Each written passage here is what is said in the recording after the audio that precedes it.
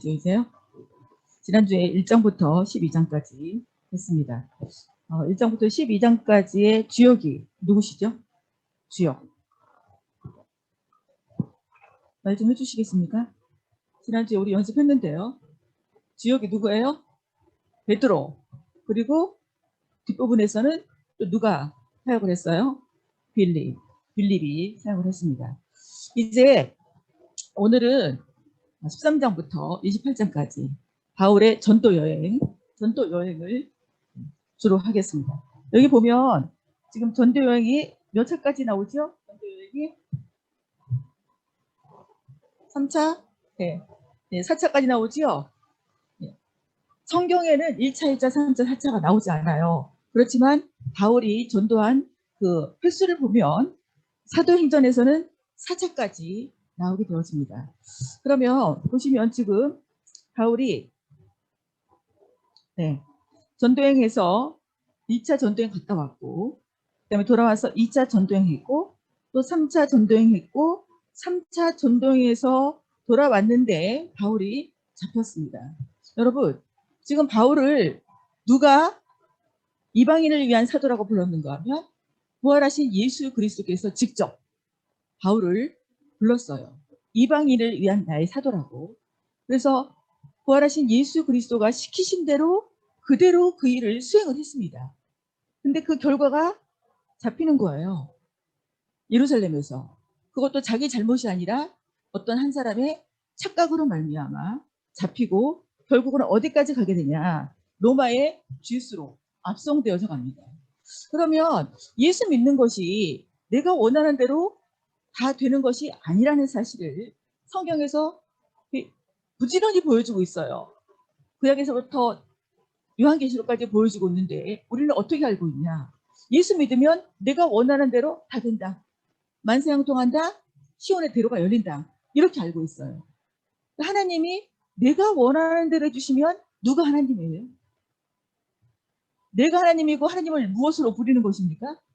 종으로 부리는 거예요. 근데 우리가 알게 모르게 하나님을 종으로 부리면서 내가 신앙생활을 열심히 하고 있다고 그렇게 착각하는 경우들이 많이 있습니다. 그래서 지난주와 오늘을 통해서 조금이라도 하나님이 어떻게 역사하시는 분인지 그거 한 가지만 붙잡아도 여러분들이 소중한 가치를 붙잡을 수 있을 것입니다. 이제 1장부터 12장까지 보면요.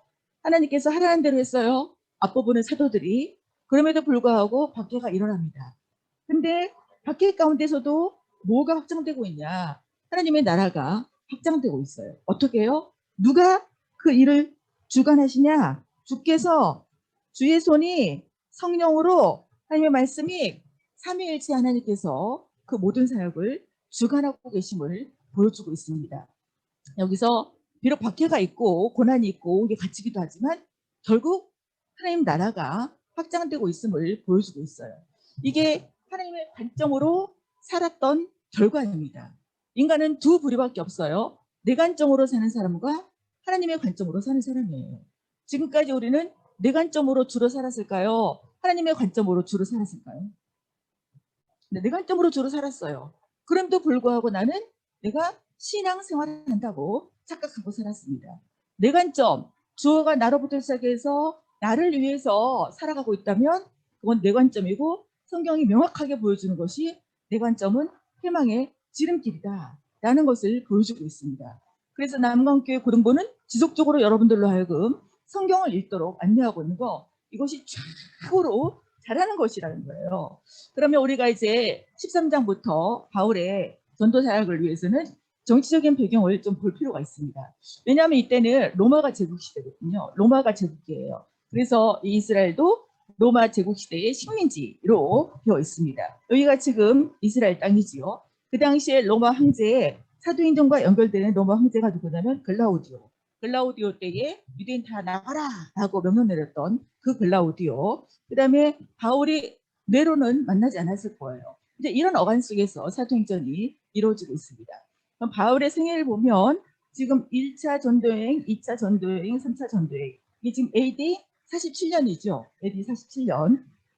네, 이때부터 시작해서 지금 바울이 13장에서 선교사로 파송을 받게 됩니다. 바울은 예수님께로부터 직접 이방인을 위한 난 사도다라고 그렇게 부르심을 받고 곧바로 사역에 임할 수가 없었어요. 왜냐하면 바울이 했던 일 기억하시죠? 바울이 했던 일.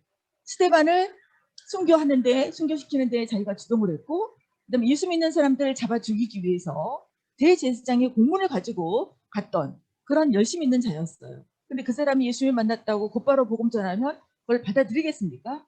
그래서 3년간이나 아라비아, 지금 요르단의 아마 페트라 지역, 그 지역에 가서 있지 않았을까. 그리고 자기 고향 다소에 가서도 있었고. 근데 이런 흉악했던 그리스도인들이 아주 이렇게 배척할 수밖에 없었던 그 사람을 누가 이끌어들였냐. 지금 이 두 사람 중에 한 사람인 아까 지금 그 영상에서도 거기는 바라바였었죠. 바라바 프로젝트였죠. 바나바라는 사람이 이 사울을 교회로 끌어들입니다. 여러분, 우리 인생 속에서 어떤 한 사람을 만나는 것이 굉장히 중요합니다. 그러나 그보다 더 중요한 것이 예수님을 만나는 것이 더 중요한 거예요.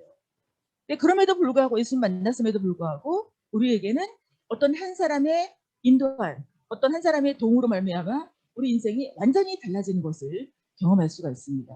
저도 이제 우리 교회에서 정년 은퇴를 하고 어떤 한 사람이 저를 두란노로 연결을 했어요.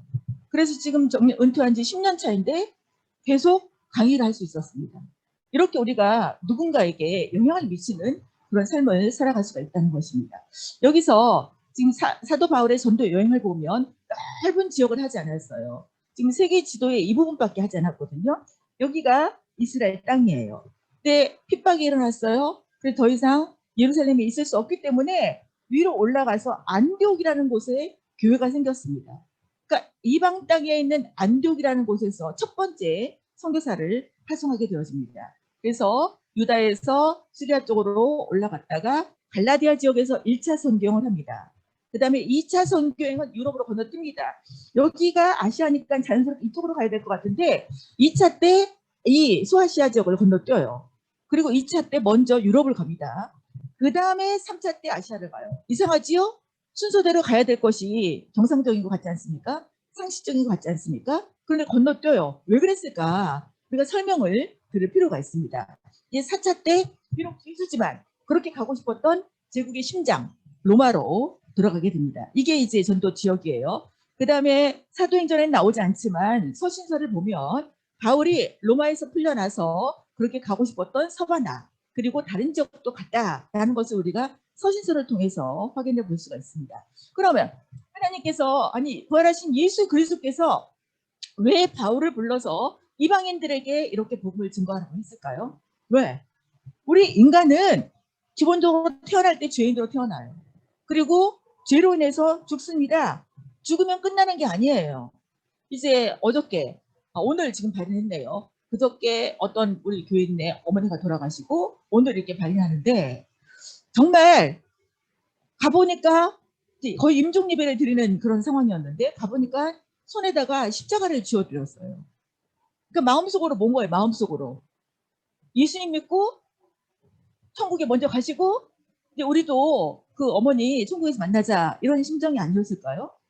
왜 그렇게 형식적으로라도 손에 십자가를 쥐어드렸을까요? 왜냐하면 죄와 상황 문제 해결하지 않고 이 땅에서 호흡을 마치는 사람들은 반드시 지옥이라는 그것을 우리가 그냥 직감적으로 알아요. 예수 안 믿는 사람이라도. 그래서 하나님께서 예수 그리스도로 이 문제를 해결해 주시고 예수 그리스도 믿는 사람만 이쪽에서 이쪽으로 건너가게 하신 거예요. 아까 그 야쿠자 그 목사님이 자기가 죄인이라는 사실 알고 이제 그 예수 그리스도를 믿고 자기만 믿는 것이 아니라 다른 사람에게도 전달하고자 하는 그런 마음이 있죠. 이렇기 때문에 하나님께서 바울을 부르셨어요. 그리고 이제 여기에서 지금 1차 전도행이 시작되는 거예요. 때는 바야흐로 AD 48년경 이때에 전도여행이 시작됩니다. 바울이 1차 전도여행하고 기록된 서신이 있어요. 이게 뭐냐면 갈라디아서예요. 여러분 성경이 주제별로 되어 있다, 연대기로 되어 있다. 네, 예, 기억하시죠? 그러면 신약만 주제별로 되어 있을까요? 구약은 연대기로 되어 있을까요? 구약도 주제별로 되어 있어요. 그래서 우리가 성경의 그런 스토리라인을 알려면 성경을 다 분해해야 됩니다. 그래서 스토리라인에 맞게 성경을 읽을 때 우리가 세계사에 있었던 이 제국들과 같이 연결해서 우리가 성경을 제대로 알 수가 있어요. 왜냐하면 성경은 역사적인 산물이거든요. 지금 로마가 제국시대인데 사도행전의 이 역사들이 제국시대 식민지 속에서 일어나고 있고 제국시대의 그런 지역들에 가서 전도를 하고 있는 상황이에요. 그러니까 1차 전도행하고 갈라디아서 가서 기록되었어요. 그럼 1차 전도행은 갈라디아 지역을 갔다라고 생각해 볼 수가 있겠지요. 약 2년 동안 선교를 했습니다. 그리고 거리는 2240km. 그러니까 짧은 거리가 아니에요. 그러면 여기서 먼저 출발했습니다. 안동에 출발해서 지금 이렇게 갔다가 바울의 전도 여행의 특징은 갔던 데를 다시 가보는 거예요. 이게 거의 신방 전도 여행이에요.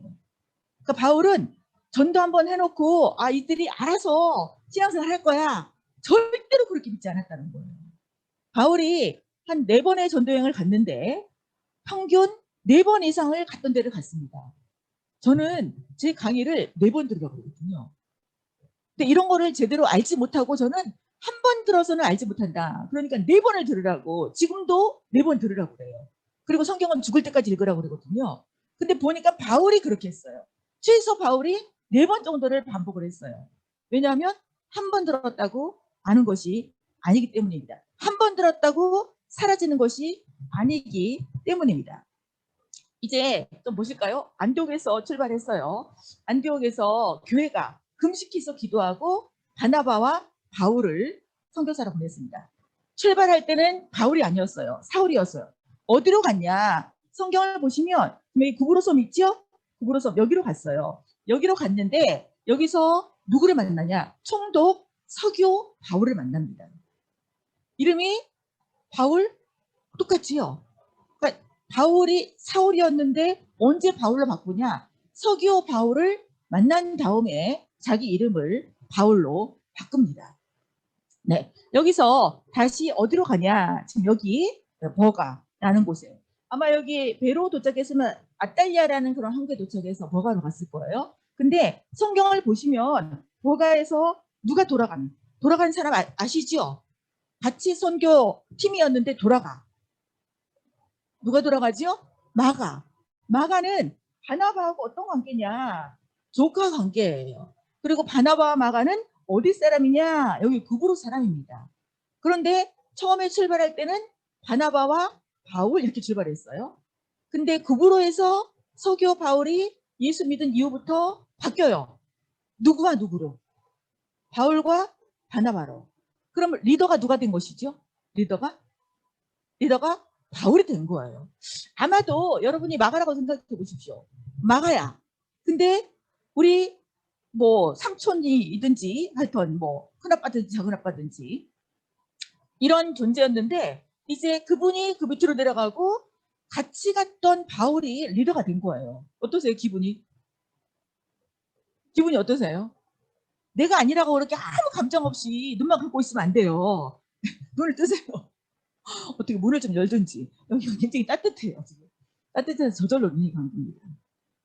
그런 이유도 있었을 것이고 여기 제가 이 터키 지역에 가보니까 여기가 지금 밑에가 타우루스 산맥이라는 산맥이 이게 지나가고 있어요. 근데 그때 버스로 하루를 넘어가더라고요. 이 산맥을. 그러니까 굉장히 험준한 산맥이에요. 그리고 우리나라 산은 굉장히 둥글잖아요. 거기는 산이 굉장히 뾰족뾰족하더라고요. 조금 있다가 뾰족한 그 산맥을 통과하는데 로마가 길을 냈던 그 길을 좀 보게 될 거예요. 그리고 더 올라갔어요. 위로 올라가 BC 안디옥. 안디옥이 2군데 있습니다. 안디옥이라고 하면 반가운 김에 아무데나 안디옥이라고 하시면 안 되고 안디옥이 2군데이기 때문에 여기는 수리아 안디옥이라고 하고 여기는 비시디아 안디옥이라고 해요. 그 비시디아 안디옥에서 교회가 세워졌어요. 왜냐하면 지금 여기 이 구브로 섬에 있는 서기오 바울이 여기에 사람이에요. 비시디아 안디옥. 그래서 아마도 바울을 소개해주지 않았을까요? 여러분, 윗선에 있는 사람이 누군가를 소개해주면 그 사람의 말을 듣는 사람들이 신뢰를 할까요? 아니면 배척을 할까요? 쉬울까요? 신뢰하겠죠? 이래서 정통적인 자리에 있는 사람, 정말 영향을 미치는 사람의 그 한 사람의 그런 추천을 받는 거 굉장히 우리가 즐거워하고 원하고 있지 않습니까? 그래서 BC 안디옥에 교회가 세워졌고 지금도 거기를 가보면 바울의 기념교가 있고 그 당시 회당자리도 있고 그런 모습을 볼 수가 있어요. 왜냐하면 이게 역사적인 사실이기 때문에 그렇습니다. 여러분 성경을 읽을 때 그냥 읽지 마십시오. 그 당시에 지금으로부터 2000여 년 전에 지금 하나님께서 부활하신 예수 그리스도께서 성령께서 바울과 선교팀을 통해서 하셨던 실제 역사를 기록하고 있기 때문에 그래요. 마찬가지로 구약도 마찬가지입니다. 그리고 여기 조금 더 나갔어요. 그런데 여기서 바울의 말을 거부합니다. 그리고 바울이 루스라는 곳에 갔어요. 근데 거기서 돌을 던져서 거의 죽은 줄 알고 갖다 버렸어요. 근데 그 다음날 바울이 일어나서 다시 전도하러 나갑니다. 바울 대단하지 않습니까? 그리고 다시 전도했던 데를 돌아와서 안디옥교에 보고하고 있는 내용, 이게 바로 1차 전도여행이에요. 1차 전도여행 장소를 조금 더 상세하게 보여주고 2차부터는 상세하게 못 보여주고 이제 대충 설명만 하고 지나가겠습니다. 여기가 지금 실루기아예요. 실루기아는 어디냐? 안디옥에서 이쪽으로 가려면 배를 타고 가야겠죠. 항구가 실루기아 항구예요. 안디옥 그 도시의 항구가 실루기아고, 여기 지금 살라미에 이르러서 유대인의 여러 회당에 전했다고 말하는데 지금 이 마가 요한이 같이 갔다는 것을 여기서 증거하고 있습니다. 지금 바울이 제일 처음에 복음 전도할 때에 먼저 이방인에게 먼저 갔을까요? 유대인에게 먼저 갔을까요? 유대인에게 먼저 갔어. 보세요. 유대인의 회당에 들어갈 때 있잖아요. 그러니까 바울이 이방 지역에 있는 유대인들을 만나려면 어디로 갔냐? 회당에 갔습니다. 그럼 이 회당은 언제 생겼냐? 중간기 때에 하나님이 더 이상 말씀하지 않으세요. 성경도 기록되지 않습니다. 근데 흩어졌던 유대인들이 가서 뭐를 먼저 지어놨냐? 회당을. 그러니까 우리나라 사람들이 외국에 가면 먼저 지어놓는 게 있지요. 교회를 먼저 세우잖아요. 마찬가지로 유대인들도 회당을 세웠습니다. 왜냐하면 자기의 자녀들의 그런 그 신앙 교육을 위해서 말씀을 가르치기 위해서. 그러니까 오늘날의 이스라엘을 남아있는 이유, 계속적으로 부모님들이 자기 자녀 세대에게 성경을 가르쳤어요. 그게 바로 회당이거든요. 회당에서 이렇게 전하고 있는 모습을 보여주고 있습니다. 이런 것들이 기념교회라고 볼 수가 있겠죠. 그리고 구브로섬에서 아까 서기오 바울을 만났고, 지금 바울이 성령이 충만해서 계속적으로 복음을 증거하고 있습니다. 그리고 아까 버가에서 마가가 돌아갔습니다. 마가가 돌아갔다는 것은 내 관점이 발동을 했을까요? 하나님의 관점이 발동을 했을까요? 내 관점이 발동을 한 거예요. 내 관점이. 네. 내 관점이 발동을 하면 어떻게 되는지를 성경이 명확하게 보여주고 있습니다. 그러니까 내 관점이 발동하고자 할 때에 아까 우리 전선생님 말씀하신 것처럼 예수님이 주인이십니다. 그게 바로 하나님의 관점으로 돌이키는 거예요. 아까 제가 길 말씀드렸지요. 비아 세베스테가 로마 제국이 뚫어놓은 길이에요. 로마는 식민지를 얻으면 무엇을 뚫었냐? 길을 뚫었습니다. 그럼 훗날에 바울 사도가 복음 전도할 때 누가 뚫어놓은 길로 다니면서 복음 전도를 했을까요? 로마가. 그러면 중간기 때에 하나님은 전면으로 드러나지 않으셨지만 하나님께서는 모든 상황을 예수님이 때가 참에 오셨고 죽음과 부활을 통해서 하나님이 하라 하신 일 그걸 다 완성해 놓으셨을 때에 그 복음이 빨리 전파될 수 있도록 하나님은 제국의 그런 방향성을 통해서 그것을 다 마련해 놓으셨어요. 그리고 바울은 전도여행 다닐 때에 그 나라의 언어를 배울 필요가 없었습니다. 왠 줄 아십니까? 그것은 로마 제국 시대 먼저 제국, 그 제국이 헬라 제국이에요. 헬라 제국을 일으킨 사람이 알렉산더예요. 알렉산더는 어렸을 때부터 아리스토텔레스가 가정 교사였습니다. 놀라지도 않으시네요. 아리스토텔레스가 가정 교사였는데, 그래서 그 그리스 문명을 받아들이면서 이 문명이 너무 아름다워서 나는 커서 왕이 되면 그리스 문명을 심으리라 작정을 했어요. 그러니까 이 문명을 심으려면, 문화를 심으려면 언어를 가르쳐야 되겠죠. 그 당시에 헬라 제국의 언어를 헬라어로, 그리스 언어로 통일시켜 놨어요. 그러니까 바울이 전도여행하는 지역에 가서 언어를 배울 필요가 없이 곧바로 무엇을 하면 되는 겁니까? 헬라어. 누가 이렇게 역사하실까요? 하나님이 역사하시는 거예요. 그래서 우리가 그 상황들을 하나님의 관점으로 읽어낼 수 있는 그런 분별력이 필요한 거예요. 그러려면 누구를 잘 아셔야 될까요? 하나님을 잘 아셔야 되는 거예요. 하나님을 잘 아시려면 어디 속에 들어가야 되는 겁니까? 성경 속으로 들어가야 되는 거예요. 그래서 성경은 언제까지 읽으시라고요? 죽을 때까지 읽으셔야 되는 거예요. 그러니까 여러분들이 잘 안 읽고 지금 공부하기 바쁘니까 교회에서 읽으십시오, 필사하십시오 이렇게 안내하는데 이것이 여러분들의 몸에 배서 그냥 밥 먹듯이 성경 읽는 것이 우리 몸에 배어 있어야 돼요. 여기 비아 세베스타가 그 길을 넘어가는 그 산맥을 넘어가는 길인데 여기가 강도가 출몰했던 지역이에요. 그래서 로마가 길을 뚫어놨던 그 길을 지금도 쓰고 있습니다. 지금으로부터 2000여 년 전에 뚫었던 그 길들을 지금도 쓰고 있어요. 그리고 비시디아 안디옥에 가서 교회가 세워졌고 여기가 비시디아 안디옥의 해당 자리이고요. 이런 것들을 볼 수가 있고 여기서 지금 비시디아 안디옥에서 바울이 이렇게 말씀 전한 거 다음 안식일에도 우리 와서 좀 해달라라고 하고 그런데 어떤 사람들은 받아들이는 사람도 있고 어떤 사람들은 이거 합당하지 않은 거네 라고 내관점으로 돌아가는 사람도 있어요. 그러니까 인간은 두 부류밖에 없어요. 여러분들이 지금 이 고등학교라는 이 시간들을 여기서 남강교에서 같이 하고 있지만 이후에 어떤 사람은 하나님을 향해서 똑바로 걸어가는 그런 인생을 살기로 작정하고 그렇게 살고 있는 사람일 수도 있고 어떤 사람은 아니고 그냥 한순간 여기 앉아있다가 또 다른 길로 가고 있을 수도 있어요. 여러분들은 어떤 길로 가기를 원하십니까? 정답. 하나님을 향해서 나아가는 그 길을 가야 되겠지요. 그거를 작정하셔야 되겠죠. 네, 이렇게 이게 지금 이제 세례터 그 당시에 믿는 사람들이 얼마나 많았는지를 알 수가 있어요. 그리고 이고니오로 좀 더 갔어요. 믿는 무리가 지금 많이 있습니다. 그런데 지금 이고니오에서 좀 더 믿는 무리도 있었지만 두 사도를 모욕하고 돌로 치려고 달려들어요. 그러니까 그것을 알고 지금 루스드라와 도베로 나아갔습니다. 루스드라에서 지금 발을 쓰지 못하는 사람을 고쳐줬네요. 그런데 이것을 보고 지금 뭐하냐 돌로 바울을 쳐 죽이려고 그래요. 여러분 이렇게 한 사람의 생명이 건강하게 되었음에도 불구하고 그것을 보고 하나님이 살아계시구나 이렇게 받아들인 게 아니라 저거 죽여라고 이렇게 하는 사람이 있어요.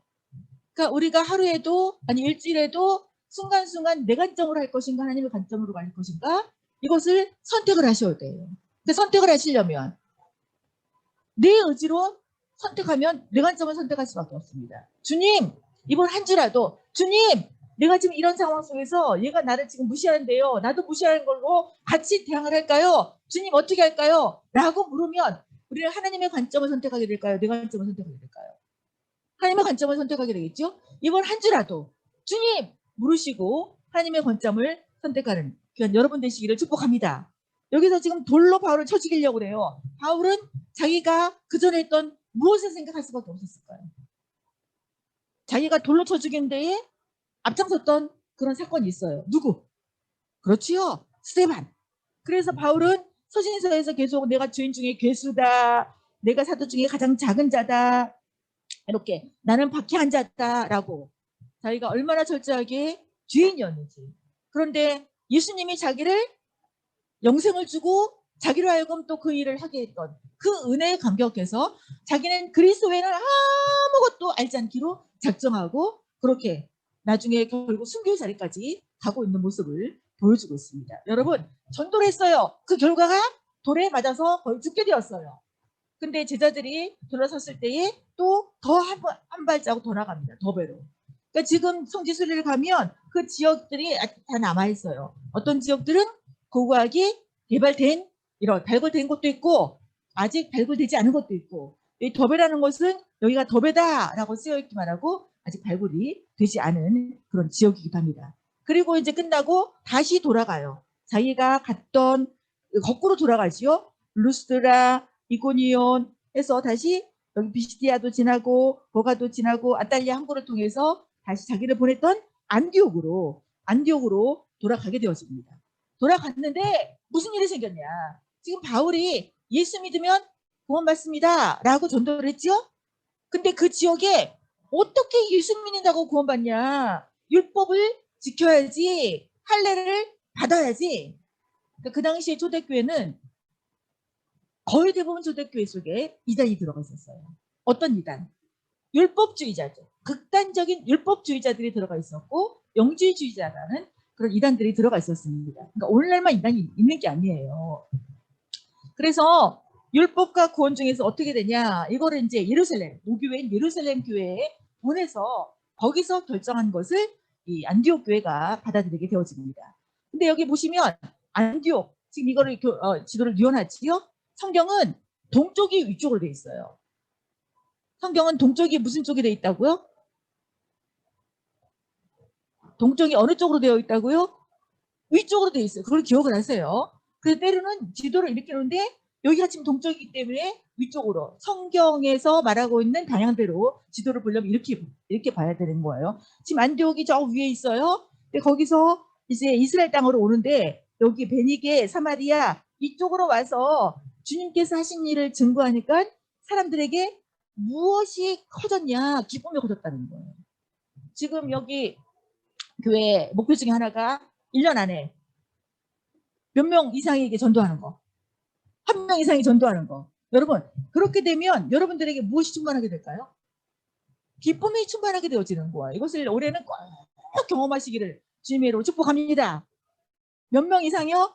한 명 이상. 그리고 예루살렘 회의 결과가 이제 이런 것만 하지 말고 짐을 지우지 말아라 라고. 지금 이 그림은 지금 현재 예루살렘 모습이에요. 지금 피고 있는 꽃이에요. 이게요. 성경에 보면 길가에 핀 백가파라고 나오지요. 백가파가 흰색이 아니라 이런 꽃이에요. 우리나라 아네모네 뭐 비슷한 이런 꽃이 있습니다. 지금이 꽃피는 때예요. 그리고 자기가 전도했던 이 지역에 문제가 생겼다는 소식을 듣고 심지어는 바울 사도로 인정하지 않는 사도권을 부인하는 이런 일까지 생기게 되었고 율법주의자들 이런 문제가 생겨서 보낸 편지가 바로 갈라디아서예요. 그래서 갈라디아서 주제는 오직 믿음으로 의롭게 된다. 그럼 사도행전 이 부분을 읽고 무슨 책을 읽어야 될까요? 갈라디아서를 읽어야 되겠지요. 네, 이런 식으로 우리가 읽을 때에 성경이 훨씬 더 잘 들을 수가 있습니다. 이제 안디옥에서 다시 2차 전도여행을 가요. 때는 바야흐로 50년, AD 50년이 되었습니다. 2차 전도여행 가는데 2차 전도여행 때는 조금 더 멀리 가요. 그리고 이때 기록된 성경이 뭐냐? 데살로니가 전후서입니다. 그러니까 2차 전도여행 역사를 읽고 데살로니가 전후서를 읽을 때에 우리가 훨씬 더 잘 깨닫게 되겠지요. 역시 안독이 출발합니다. 근데 지금 바울이 계획을 했어요. 아시아를 전도하기 위해서. 그런데 막힙니다. 막혀요. 지금 성령이 못하게 하는 거예요. 여러분, 내가 계획을 세웠는데 하나님이 못하게 할 수도 있다 없다? 있다 없다? 있다. 근데 우리는 이 반겨가 되면 어떻게 하려고 그래요? 이 길 안 가고 어디로 돌아서 이쪽으로 가려고 그러지요? 누구의 방법대로? 내 방법대로. 그런 모습을 가지고 있으면서도 내가 신앙생활 한다. 그렇게 착각할 수가 있어요. 여기서 못하게 해서 더 나아갔어요. 근데 여기는 또 일수용이 못하게 하는 거예요. 성령, 일수예요. 다 같은 말입니다. 지금 바울을 누가 인도하고 있냐? 성령께서 인도하고 있다는 것을 보여주고 있습니다. 드디어 여기 에게 쪽으로 가서 들어와 있을 때에 한산 가운데 와서 우리를 도와달라라고 하는 것을 보게 되었어요. 그러면 예수님은 부활하신 예수님은 하나님은 여기서 지금 교회를 세우고 싶지 않은 거예요. 적어도 이때는 어디서 교회를 세우고 싶었냐? 여기 빌립보 유럽의 첫 성이죠. 빌립보에서 교회를 세웠어요. 지금도 빌립보에 가면 빌립보 교회 자리 고고학적인 유물을 다 볼 수가 있습니다. 네, 여기서 이제 바울의 계획과 하나님의 계획이 다르다는 사실을 알 수가 있어요. 그러면 자신의 계획과 상충되었을 때에 바울은 누구의 계획을 붙잡았냐? 하나님의 계획을 붙잡은 거예요. 그러면 누구의 길에 서게 될까요? 하나님의 길에 서게 되는 거예요. 여러분들이 이렇게 어렸을 때부터 하나님의 계획을 붙잡는 건 연습을 하는 거 굉장히 중요합니다. 제가 지금 연습이라고 그랬지요. 왜 연습이라고 그러냐? 연습을 하려면 한 번에 된다 안 된다?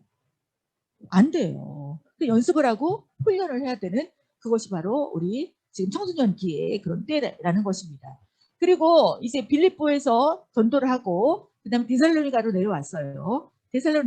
데살로니가를 가보면 이게 지금 데살로니가 지역에 있던 아고라 로마 제국시기 때문에 도시들은 다 아고라가 있었어요. 쉬운 말로 하면 시장, 그냥 단순히 물건만 파는 게 아니라 거기서 대화도 하고 변론도 하고 복음도 전할 수 있고, 여기 어딘가에 바울이 장막 깁는 기술이 있었기 때문에 여기 어딘가에서 장막을 팔았을 그런 그 땅도 있겠지요. 그리고 이게 지금 아리스토텔레스의 동상이에요. 그 아리스토텔레스가 여기 이 사람이고요. 그 다음에 여기 가면 4개의 해변에 이게 지금 알렉산더의 동상입니다. 왜냐하면 알렉산더의 고향이 여기서 펠라라고 가까운 데 있거든요. 굉장히 아름다워요. 근데 도시에 조금만 나가면 바로 여기가 에게고 에게 주변에 바로 알렉산더 동상이 있고 거기에 이렇게 인도 옆으로 음식점들이 있고 다 노천에서 음식을 먹을 수 있는 아름다운 거. 여러분 이런 데 한번 가고 싶잖아요. 성지순례 이런 데 한번 갔다 오면 지금도 저는 눈에 선합니다. 그러니까 영상으로 보는 것과 실제적으로 내 눈으로 본 것은 천지 차이예요. 그러니까 할 수만 있으면 1년이라도 빨리 성지순례 갔다 오면 성경 읽는 것이 훨씬 더 재미가 있습니다. 데살로니가에서 3주밖에 복음을 전하지 않았습니다. 그리고 거기서 또 밖에 하니까 잠시 잠깐 여기 베리아로 갔다가 다시 아테네로 왔어요. 아테네가 어디냐? 지금 성경에는 아덴으로 되어 있지요. 거기가 아테네예요. 오늘날 아테네 있지요. 아테네 올림픽 제1회 올림픽 생겼던데 가보면 제1회 올림픽 생겼던 그런 스타디움이 지금도 있습니다. 이게 아테네예요. 아테네 하면 생각나는 곳이 있어야 돼요. 무엇? 유네스코 보물 1호 뭔지 아세요? 이런 걸 상식적으로 아셔야 돼요. 무슨 신전? 그렇지. 파르테논 신전. 이 파르테논 신전이 이미 BC에 있었어요. 여기가 그 당시에 이 신전들은 다 아크로폴리스라고 굉장히 높은 곳에 지어졌습니다. 왜냐하면 사람들이 사는 곳에서 봐야 되기 때문에. 그래서 그런 곳을 아크로폴리스라고 그래요. 그리고 지금 여기 파르테논 신전이 보이는 곳, 이곳에서 바울이 복음을 증거했던 그런 것을 볼 수가 있고요. 이제 아테네에서 고린도로 갔습니다. 고린도로 갔는데 지금 여기가 고린도 실제 바울이 사역했던 국악적인 장소예요. 여기도 높네요. 여기 높아요. 그럼 얼른 눈치를 채셔야 돼요. 아, 뭐가 있겠다? 신전이 있겠다. 당시에 고린도인 하면 타락한 사람이라는 그런 의미와 똑같이 쓰일 정도로 고린도가 타락했던 도시예요. 그러니까 여기가 신전이 어마어마하게 크기 때문에 그 우상들의 영향을 받았겠지요. 우상은 반드시 무엇으로 귀결되냐? 타락으로, 음란으로 귀결되었습니다. 이게 구약과 같이 다 연결되고 있죠. 네, 이게 지금 고린도의 그 유명한 무슨 운하일까요? 이런 거는 상식이에요, 여러분. 우리 세계적으로 운하가 3개가 있지요? 그 중에 하나가 고린도에 있어요. 고린도니까 무슨 운하일까요? 상식이라니까요. 고린도에 있으니까 고린도 운하인 거예요. 지금 여러분 그런 거 상식을 왜 물어봐? 그런 저는 청소년을 잘 몰라서 부장스님 그런 걸 왜 물어봐? 그런 거예요. 무슨 의미죠? 대답을 안 하고 있는 거는 제가 청소년기에 있는 특징을 너무나 알지 못하고 그냥 제 방법대로 따라오라고 그러고 있는 건가요? 네. 몇십 분 안 남았으니까 네, 제 방법대로 좀 따라와 주셨으면 좋겠어요. 그리고 여러분들이 쳐다보고 있는 것만도 감사하긴 해요. 사실 여기 와서 앉아있는 것만도 감사하고 어떤 분은 눈이 뚫어져라고 쳐다보는 분도 있지만 어떤 분은 눈을 감고 듣고는 계시겠죠? 아까보다는 눈을 많이 떴네. 처음보다는. 네. 이런 것이에요. 이거는 여기는 고린도 운하는 그때 당시는 없었어요. 그리고 이제 18세기 그 정도에 새로 틀렸던 곳입니다. 그런데 제가 왜 이 말을 하냐면 고린도에 왔을 때에 어느 교회가 문제가 생겼다는 소식을 듣게 돼요. 어디가 문제가 생겼냐? 3주 동안 전도했던 데살로니가에 문제가 생겼다는 소식을 듣게 됩니다. 그래서 보낸 편지가 무슨 편지일까요? 데살로니가 전후서예요. 데살로니가 전후서는 재림이 주제지요. 재림에 대해서 잘못 알고 일도 안 하고 그렇게 살고 있었던 그런 모습. 그래서 구원받은 사람은 어떻게 살아야 되고 재림을 기다리는 사람은 어떻게 살아야 되는지 그거를 자세하게 써서 보낸 편지가 데살로니가 전후서입니다. 지금 고린도 이 길이 그 당시 지금으로부터 2000년 전 고린도 그 고고학적인 도로예요. 이 도로에서 쭉 나가면 바다로 나갈 수가 있고 여기가 지금 아크로폴리스예요. 아크로폴리스 위쪽에 어마어마한 거대한 신전이 있었습니다. 그리고 아폴론 신전도 있네요. 산 위에는 네, 또 이런 여신전이 있었고요. 더 주민해 보면 이렇게 다 성을 이렇게 살았지요. 어마어마한 신전이 있었다는 걸 알 수 있고 고린도서를 보면 우리가 지금은 거울로 보는 것과 침이 하나 그때는 얼굴과 얼굴을 대하여 볼 것이요 이런 내용이 나와요.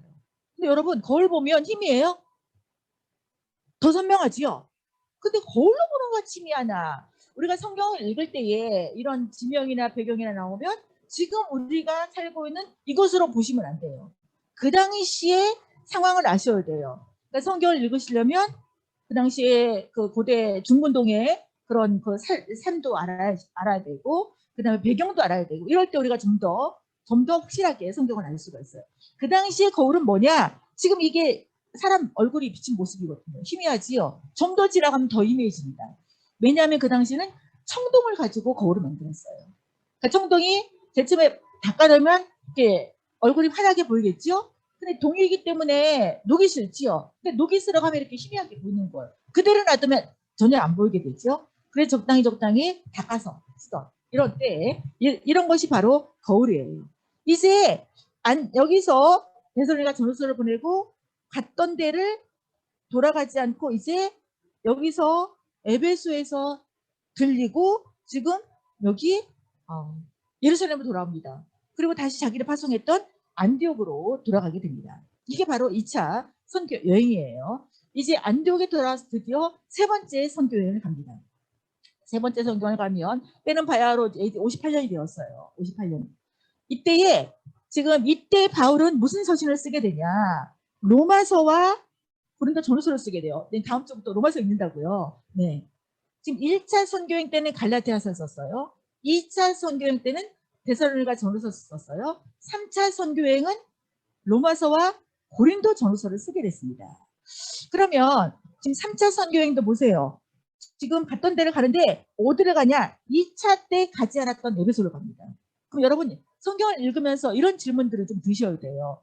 어떻게 그게 가능했어? 어떻게라고 질문하시면 안 돼요. 왜 하나님은 자연스럽게 여기서 전도했으면 그 다음번에 여기로 하지 않고 갑자기 여기로 건너뛰셨을까? 그리고 여기는 3차 때 가게 하셨을까? 네, 이런 것들을 좀 우리가 의문을 가지신다면 성경을 훨씬 더 잘할 수 있게 되어지고 하나님의 심정을 더 잘할 수 있게 될 거예요. 하나님이 한 번 선교하신 그 선교팀에게 갑자기 어려운 데를 가게 하실까요? 아니면 조금 더 훈련을 더 시키고 어려운 데를 가게 하실까요? 그렇죠. 우리 인간들도 마찬가지. 여러분 하나님도 마찬가지예요. 여기 가까운 데 갔다 왔는데 여기로 보냈다는 것은 여기 에베소가 지금 그렇게 만만한 곳이 아니라는 거예요. 그럼 에베소가 도대체 어떤 도시였는데 우리가 그걸 알 필요가 있겠죠? 지금 사도행전에 보면 바울이 이 에베소 두란노 서원에서 3년간을 말씀을 가르쳤다고 기록이 되어 있습니다. 지금 가보면 여기가 두란노 서원이에요. 여기 사람들은 여기를 셀수스 도서관이라고 그래요. 그러니까 도서관이니까 책이 굉장히 많았겠죠. 이것도 무너져 있던 것을 고고학자들이 발굴해서 잘 복원해 놨습니다. 완벽하게 복원해 놓은 것은 아니지만 어느 정도는 복원되어 있어요. 여기 두란노서원에서 이 길로 가다 보면 여기가 아고라예요. 여기가 에베소가 로마 제국 시대의 4대 도시 중에 한 도시였어요. 굉장히 큰 도시였지요.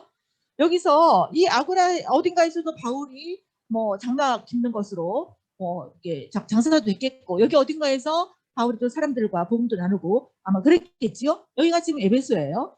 지금 두란노선에서 날마다 강론했어요. 2회 동안 이렇게 하고 다른 사람들이 주의 말씀을 잘 들었습니다. 그런데 이 에베소는요 길바닥에 이게 새겨져 있어요. 이게 무엇이죠? 무슨 모양으로 보이십니까?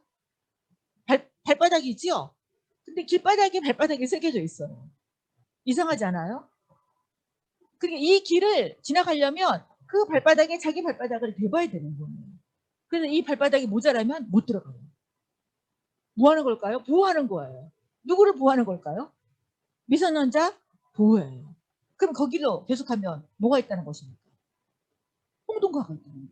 그러니까 에베소가 이런 도시인 거예요. 그러면 에베소도 무지무지하게 큰 신전이 있었겠구나 우리가 알아낼 수가 있겠죠. 그렇습니다. 여기서 이 에베소에서 아데미 여신을 섬겼습니다. 근데 바울에게 이렇게 복음을 듣고 사람들이 그 자기가 가지고 있는 책들을 다 태웠는데 그 책값이 은 5만이나 됐다는 거예요. 그러니까 에베소에서 바울이 얼마나 복음을 많이 전하고 많은 사람들이 돌아왔는지를 알 수가 있겠죠. 그런데 지금 여기서 완전히 난리가 났습니다. 왜냐하면 아데미 여신이 이런 모습인데요. 아데미 여신의 신상 무용을 만들어서 파는 사람들. 그리고 세계적인 성지순례 장소가 여기였어요. 아데미 여신을 믿는 사람들의 성지순례 장소가 바로 여기였습니다. 지금 여기가 아까 거기 두란노 서원이고요. 여기가 원형극장이에요. 로마 제국시대의 도시는 다 원형극장이 있습니다. 왜냐하면 로마가 항상 이 도시에는 원형극장을 만들어서 거기서 무슨 여러 가지 행사들을 했지요.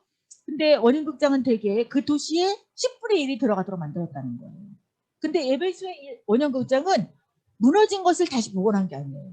하나님께서 특별히 여기는 그냥 보호해 놓으셨어요. 그 모습 그대로예요. 그 전에 로마가 세웠던 그 모습 그대로인데 약 2만 5천 명 정도 들어가는 원형극장입니다. 그럼 그 당시 에베소 도시에 시민이 몇 만이었다는 걸 알 수 있는가 하면 25만. 굉장히 큰 도시였어요. AD 1세기에 굉장히 큰 도시였어요. 그래서 이 아데미 여신전과 관련돼서 장사했던 사람들 자기 이익이 줄어드니까 완전히 난리가 나서 지금 바울을 여기로 끌고 간 그 장면이 바로 이 모습입니다. 근데 아데미 여신전이요. 지금은 형체가 없어요. 근데 아데미 여신전 아까 파리테논 신전 보셨죠? 그보다 4배가 더 큰 정도였어요. 근데 아예 없어요. 여기가 아데미 여신전 자리였습니다. 라고 추정되는 곳에 그냥 기둥 한 개만 서 있어요. 그 기둥도 여러 가지 기둥들을 이렇게 모아가지고 그 기둥, 이 자리가 그 자리였습니다. 라고. 근데 이 그림은 뭐냐? 아마도 아데미 여신전의 모습이 이런 모습이었을 것이다. 라고 추정해서 상상도를 그린 거예요. 그러니까 파르테논 신전과 비슷하지 않습니까? 모양이? 이 정도로 아데미 여신을 심하게 섬겼던 곳이에요. 그러면 여기는 영적 적대 세력의 본거지입니다. 그래서 에베소서를 보면 뭐를 입어라? 무슨 전신갑주를 입어라? 하나님의 전신갑주를 입어라 라고 하게 되는 거예요. 왜냐하면 여기가 영적 적대 세력의 본거지이기 때문에 여기 하나님의 전신갑주 머리에는 뭐를 씁니까? 구원의 투구. 네. 가슴에는 전신갑주 안 입고 다니시는군요. 전신갑주 입으셔야 돼요. 에베소만 영적 적대 세력의 본거지가 아니고 우리는 그냥 문만 열고 나가면 자 영적 전쟁 하는 곳이에요. 우리 모두가. 그래서 하나님의 전신갑주로 무장을 하셔야 되는 거예요. 하나님의 전신갑주로 무장시켜야 될 곳이 어디냐? 바로 교회예요. 교회. 교회에서 하나님의 전신갑주로 무장을 시켜주는 거예요. 왜? 문 열고 나가면 완전히 전쟁터니까. 여기 천리역정에 보시면 교회 이미지를 세 군데에서 보여주고 있어요. 그거는 존 보년이 이 교회가 얼마나 중요한지를 보여주고 있는 거예요. 첫 번째가 미국 뷰티풀 하우스라는 그런 곳인데 거기에 방이 3개가 있어요. 처음에 들으면 평화의 방이에요. 이제 우리가 예수 안 믿던 사람들이 예수 믿게 되면 처음에 지금 어떠세요? 복음 듣고 예수 믿은 사람에게 지금 어떠세요? 라고 물으면 마음이 평안해요. 대부분 그렇게 고백을 하거든요. 그 방을 지나가면 서재가 있어요. 서재가 굉장히 큰 서재가 있어요. 그 서재는 뭐를 의미하냐? 우리가 신앙생활 할 때에 필요한 훈련들을 받아야 된다는 거예요. 그러니까 신앙의 인물들이 내가 이렇게 답답할 때 어떻게 살았나? 그리고 내가 화가 날 때 어떻게 살았나? 그리고 내가 이것과 이것 중에 선택할 때 어떻게 살았나? 이런 것들을 신앙의 선배들은 어떻게 살았을까? 그거를 훈련받는 장소라고 보여주고 있습니다. 그 다음에 문 나가기 전에 뭐가 있냐면 무기고가 있어요. 무기고. 무기고에서 뭐하냐? 하나님의 전신갑주로 무장하고 나가는 거예요. 왜냐하면 미궁을 나가면 곧바로 아볼론이 기다리고 있거든요. 전쟁을 걸어오는 거예요. 사단 마귀가.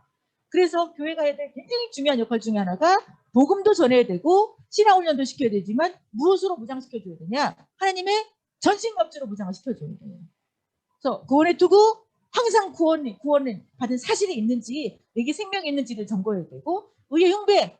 네. 성경에서 의라는 것은 하나님과 관계가 회복된 거. 하나님과 관계적인 측면을 말하고 있어요. 이것이 다 어디에 근거해 있냐? 진리의 허리띠. 그러면 이 모든 것들이 다 평안의 복음의 신발. 내가 발 딛고 가는 곳곳마다 무엇이 전파되어야 되는 삶. 복음이 전파되는 삶, 예수 그리스도가 전파되는 삶. 이건 다 보호하는 거예요. 근데 이 손에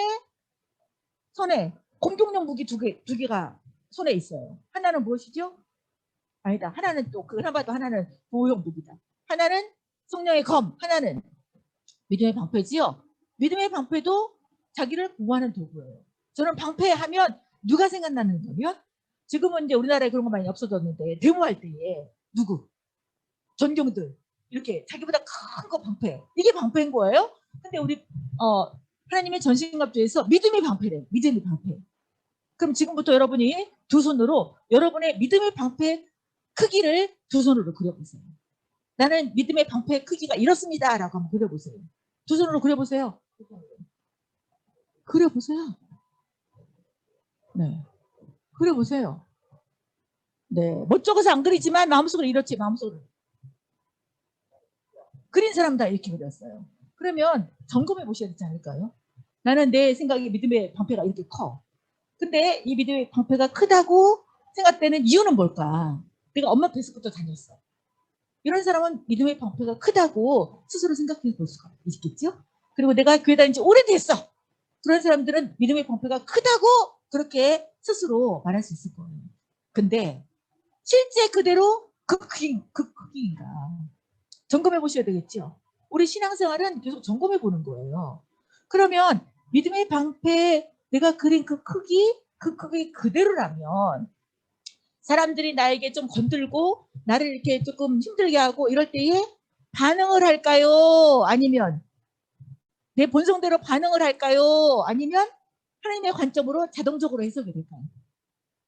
믿음의 방패가 이렇게 크다면 하나님의 관점으로 자동적으로 해석이 되겠죠. 근데 지금 현재 여러분들이 남이 나를 화나게 하면 화풀이 합니까? 안 합니까? 나한테 화를 나게 하면 나는 화풀이를 몇 개를 해요? 적어도.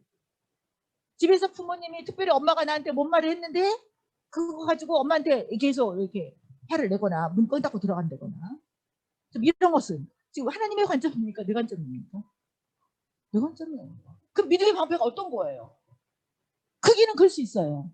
근데 저는 그런 믿음의 방패를 골다공증 믿음의 방패라고 해요. 구멍이 뚫렸어. 크기는 큰데 구멍이 뚫렸기 때문에 사탄이 불화살에서되고 나에게 공격을 하면 다 넘어져. 그리고 같은 거는 안 믿는 내 친구들과 다른 거는 지금 주일날 교회당에 와서 앉아있는 거 이것만 달라. 그리고 나머지는 다 똑같아. 말하는 것이나 가치관이나 감정풀이나 다 똑같아. 성공에 대한 관점이나.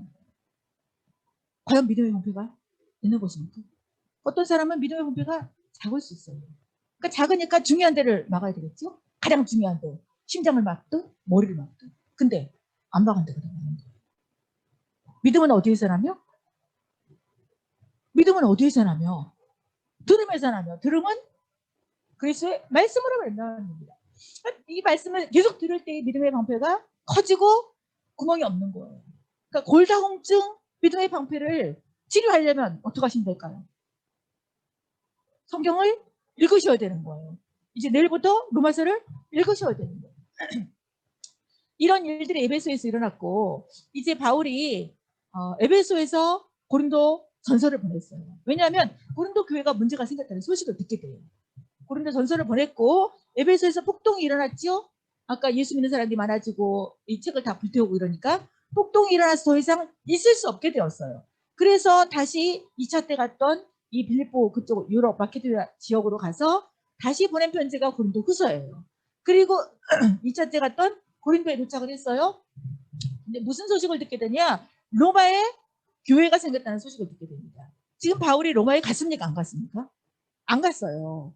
안 갔는데 교회가 생겼대요. 그래서 자세하게 써서 보낸 편지가 무슨 책이냐? 로마서예요. 그러면서 로마가 내가 지금 로마에도 가고 싶습니다. 그것도 전달해줬고 내가 서바나도 가고 싶어요. 지금으로 말하자면 스페인이죠. 그 당시에 땅끝이라고 얘기해줬던 곳이에요.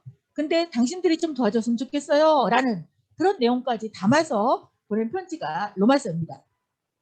그리고 이제 갔던 데 다 갔죠? 이제 3차는 갔던 데를 다시 돌아와요. 그래서 밀레도에서 장로들을 불러요. 어느 장로를? 에베소 교회의 장로들을 불러요. 왜냐하면 바울은 지금 어디 가고 싶어서 마음이 급할 거예요. 로마에 가고 싶어서 마음이 급한 거예요. 그래서 여기서 지금 에베소 교회를 부탁하는데 장로님들께 부탁을 안 해요. 바울이 장로님들을 불러놓고는 주의 말씀께 부탁을 해요. 교회가 어디에 근거해 세워져야 되는 거예요? 말씀에 근거해서. 특별히 장로님들은 어디에 근거해서 삶을 살아야 되는 거예요?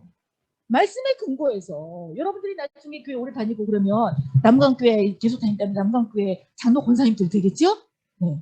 그러려면 말씀에 기초해야 되는 거예요. 근데 오늘날 우리끼리 얘기지만 교회 장로님 권사님들이 말씀에 기초했던가요? 아니면 자기 관점대로 하는 게 많던가요? 네. 확실해요. 네, 그렇습니다. 여기만 그런 게 아니에요. 모든 교회가 그래요. 그래서 저는 장로 세우기 전에, 권사 세우기, 임직하기 전에 성경을 읽는 것을 필수로 하십시오라고 제가 교회 다니면서 여러 개 다니면서 강조했어요. 어느 교회가 드디어 우리는 임직자 중에 임직의 조건 중에 하나가 성경 읽는 것이다. 제가 그 목사님께 뭐라고 말씀드렸는지 아십니까? 목사님, 임직하기 전에만 필수가 아니라 한 가지 조건이 더 있습니다. 임직 받은 다음에 1년에 2번씩 성경을 계속 통독하는 것을 그것이 조건입니다. 제가 그렇게 제안을 했어요. 근데 그거는 받아들인지 안 받아들인지 모르겠어요. 왜냐하면 그 교회가 이제 하반기에 또 하거든요.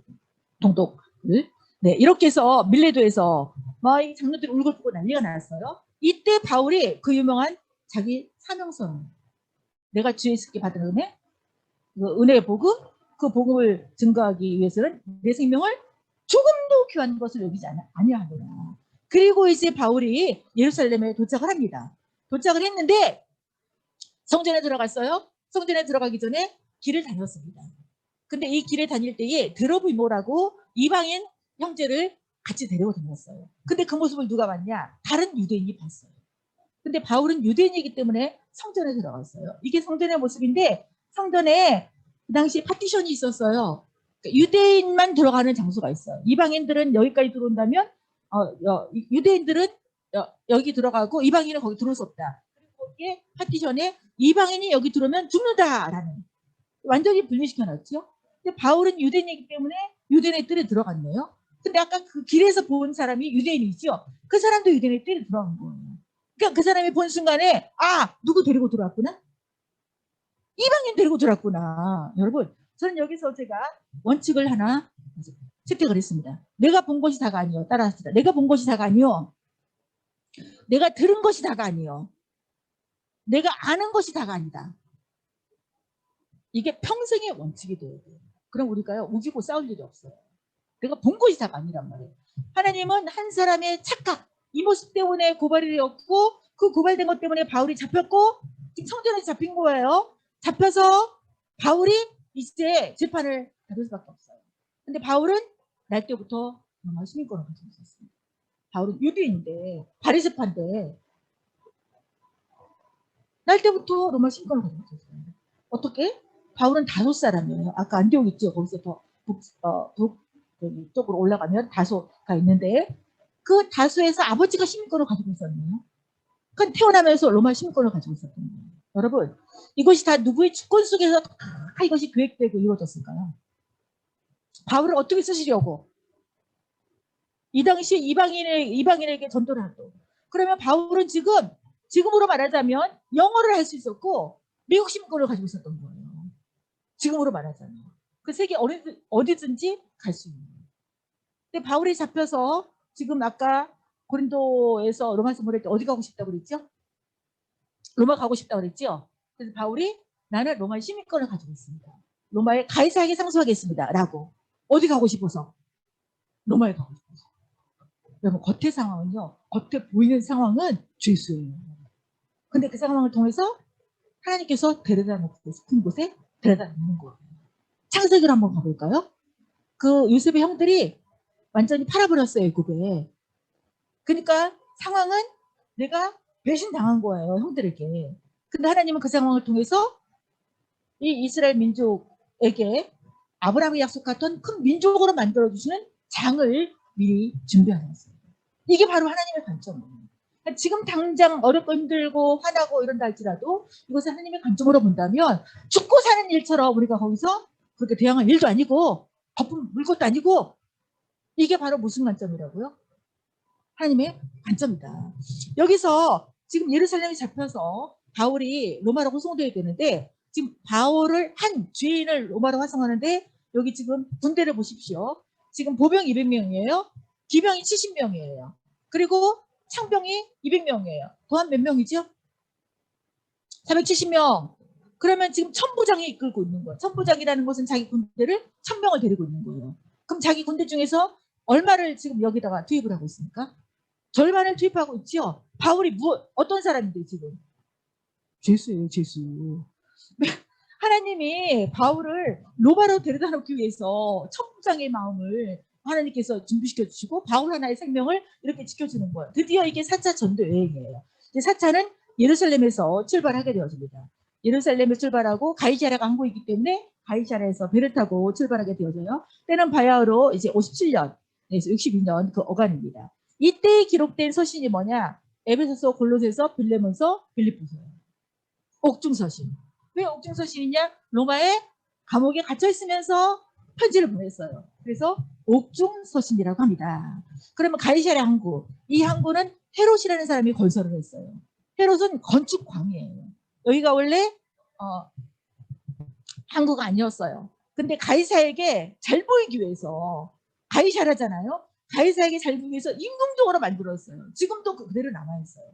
지금 이 가이샤라가, 이 가이샤라에서 배를 타고 지금 바울이 로마 행을 하게 됩니다. 이게 본디오의 이름이 들어간, 오늘 본디오 빌라도에게 문화를 받으시고 있잖아요. 본디오의 이름이 들어간 이런 섭비가 발견되었어요. 그래서 이 사람이 역사적인 실제 인물이다. 그것이 발견되었고, 이거는 수로예요. 로마는 다 수로를 만들어서 물을 공급했습니다. 물이 없는 곳에. 지금도 2000년, 2000몇백 년 전에 수로가 그대로 남아있지요. 여기가 바울이 재판받았다고 얘기해주는 곳이에요. 이렇게 해서 배 타고 가게 되는데, 지금 풍랑이 일어나고 드디어 로마에 도착하게 됩니다. 이 건물이 바울이 2년 동안 있었던 셋집이에요. 셋집이라는 것은 아직 감옥은 아니라는 거예요.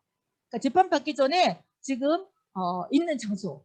그래서 감옥은 아니지만 로마의 경비병이 서 있고 자유롭진 않아요. 죄수기 때문에. 그러나 오는 사람들은 맞이할 수 있었습니다. 그 바울은 여기서 뭐 했을까? 죄수로서. 사도행전 다 읽으셨죠? 무슨 나라를 전파했다고 되어 있던가요? 사도행전 마지막 부분에. 나라라는 단어만 나오면 금방 무슨 나라야 돼요? 하나님 나라를 전파했느라고 이렇게 사도 바울의 사역을 증거해주고 있습니다. 이게 아까 그 집에 밑에 내려가면 이게 이제 바울이 있었던 곳이라고 읽어지는 곳. 한쪽에 뭐라고 써있냐 이렇게 써있어요. 나는 매였지만 하나님의 말씀은 매이지 않는다. 그리고 여기서 이렇게 에베소서, 빌립보서, 또 빌레몬서, 골로새서 네 권의 편지를 보냅니다. 이게 옥중서신이에요. 하나님 나라가 전파되고 있어요. 이제 하나님 나라, 첫 시간에 이거 말씀을 드렸어요. 하나님 나라 완성을 향해서 가고 있습니다. 사도행전이 완성을 향해 가고 있었고, 사도행전 28장으로 끝이 났지만 이 29장은 누가 쓰냐? 우리가 계속 써나가야 될 그런 내용이지요. 하나님의 관점으로 초점을 맞췄을 때에 어떤 일들이 이루어졌는지 우리가 사도행전의 역사를 통해서 보셨습니다. 근데 이렇게 하기 위해서 예수님은 마지막으로 하신 말씀이 분반 모든 것을 가르쳐 지키게 하라고 했어요. 먼저 가르쳐야 돼요. 가르치는 끝나면 안 돼요. 반드시 지키게 해야 돼요. 이럴 때에 우리를 통해서 하나님 나라가 확장되는 것을 경험하게 되어집니다. 여러분 성경 읽기만 하면 안 돼요. 읽은 것을 지키셔야 돼요. 그래서 이번 주 한 주간에 지키도록 내가 뭔가를 선택해야 될 때 주님 어떻게 될까요? 물어보고 그 주님께서 나에게 하라는 것을 하는데 내 힘으로 안 되기 때문에 성령님 도와주세요 라고 하면서 이번 한 주간을 살아보시라는 거예요. 왜? 누가 그렇게 하라고 그랬습니까? 예수님이 이 땅에서 마지막으로 그렇게 하라고 그랬습니까? 그렇게 하도록 누가 함께 계신다는 거예요?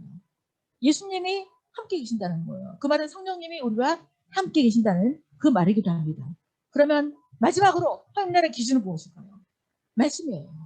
예수님이 기록되었을 때 말씀을 응하려고 이래서 하나님이 이 땅에 보내신 목적을 완벽하게 성취하셨습니다. 그렇다면 하나님 나라의 본질은 뭘까요? 하나님을 사랑하고 이웃을 사랑하는 거예요. 그렇다면 우리는 어떻게 살아야 될까요? 말씀대로 살아야 돼요. 무엇대로 살아야 된다고요? 말씀대로. 그러려면 무엇을 읽고 있어야 돼요? 말씀을 읽고 있어야 돼요.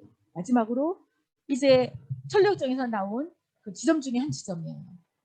여기서 지금 이렇게 불이 계속 타오르고 있는데 누군가가 계속 물을 부어요. 근데 물을 붓는데 불이 꺼지잖아요. 여러분 불에 물을 부으면 어떻게 되지? 그 불이? 꺼지죠. 그래서 불나면 어떻게 해요? 소방관들이 소방호스로 물을 뿌리잖아요. 불 꺼지라고. 근데 여기 불은 계속 물을 붓는데 불이 꺼지지가 않는 거예요. 근데 이 벽이 있잖아요. 벽 뒷면으로 가면 어떤 모습이 있냐면 누군가가 여기다가 부어. 이게 뭐냐면 그리스도께서 기름을 부는 거예요. 그럼 존보녀는 이 내용, 이 지점 속에서 우리들에게 하시고자 하는 메시지가 뭔가? 우리가 신앙생활 시작한 순간부터 우리 마음속에는 계속 사탄이 우리로 하여금 그 신앙에 불을 지피지 못하도록 유혹을 하고 계속 방해를 한다는 거예요. 근데 꺼지지 않아요. 왜요? 기름 부음 받으신 그리스도께서 우리에게 계속 성령의 기름을 부어주시기 때문이에요. 여러분들이 지금 청소년기로서 앞으로의 모든 시간들 속에서 이런 불을 끄려고 하는 그런 모든 상황과 내 마음속에 일어나는 주된 욕망 이런 것들이 있을 거예요. 그럴 때마다 내 안에 계신 그리스도를 부르면서 주님 도와주세요. 성령님 도와주세요. 이 불이 꺼지지 않고 계속적으로 활활 타오르고 나를 통해서 하나님 나라가 확장될 수 있도록 도와주세요. 그렇게 기도하는 소중한 우리 광명교회 고등부가 되시길 축복합니다. 그래서 사도행전 하나님 나라는 끝나지 않고 누구를 통해서 지속돼요? 누구를 통해서? 나를 통해서. 그러려면 뭐를 지속적으로 읽어야 됩니까? 성경을 지속적으로 읽어야 되고 이제 마지막으로 여러분들은 우리는 학교에서도 하라고입니다. 이렇게. 교회에서만 하라고가 아니고 학교에서도. 하나님 나라 고등학생입니다. 제가 우리는 학교에서도 그럼 여러분 하라고입니다.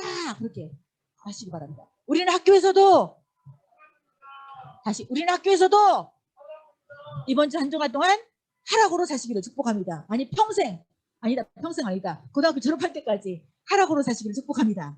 아멘. 기도하겠습니다. 살아계신 아버지 하나님 오늘로 사도행전을 마무리하게 하심을 감사합니다.